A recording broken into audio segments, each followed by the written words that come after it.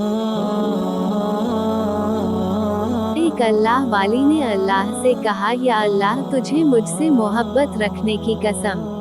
एक साहब कहते हैं कि मैं एक बांदी खरीद कर लाया। देखने में वह कमजोर सी थी, बीमार सी लगती थी।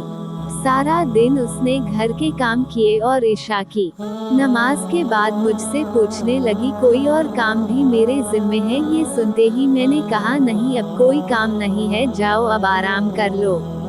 उसने वुज़ू किया और मुसल्ले पर आ गई और मुसल्ले पर आकर वह नफलें पढ़ने लगी। कहने लगे, मैं सो गया। तहज्जुद के वक्त जब मेरी आंख खुली तो मैंने देखा कि वो उस वक्त अल्लाह ताला से दुआ मांग रही थी, मुनाजात कर रही थी और मुनाजात में ये कह रही थी कि ए अल्लाह, आपको मुझसे मोहब्बत रखने की कसम, आप मेरी यह बात पूरी फरमा दीजिए।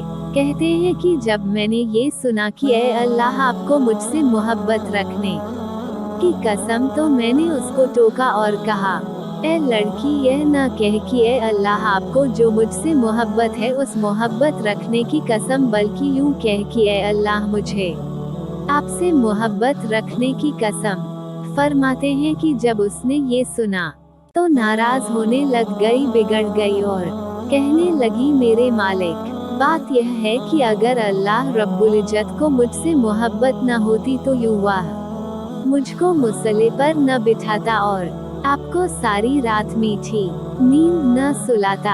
आपको जो मीठी नींद सुला दिया और मुझे मुसल्ले पर बिठाकर जगा दिया।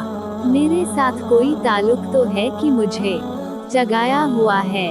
सुबहान अल्लाह। एक वह वक्त था कि तहज्जुद के वक्त यूं अपने रब से अपने ताल्लुक के वास्ते दिया करते थे, ए अल्लाह, आपको मुझसे मोहब्बत रखने की कसम। वाकई अल्लाह रब्बुल इज्जत को उनसे मोहब्बत होती थी और उन लोगों को अल्लाह ताला से मोहब्बत होती थी।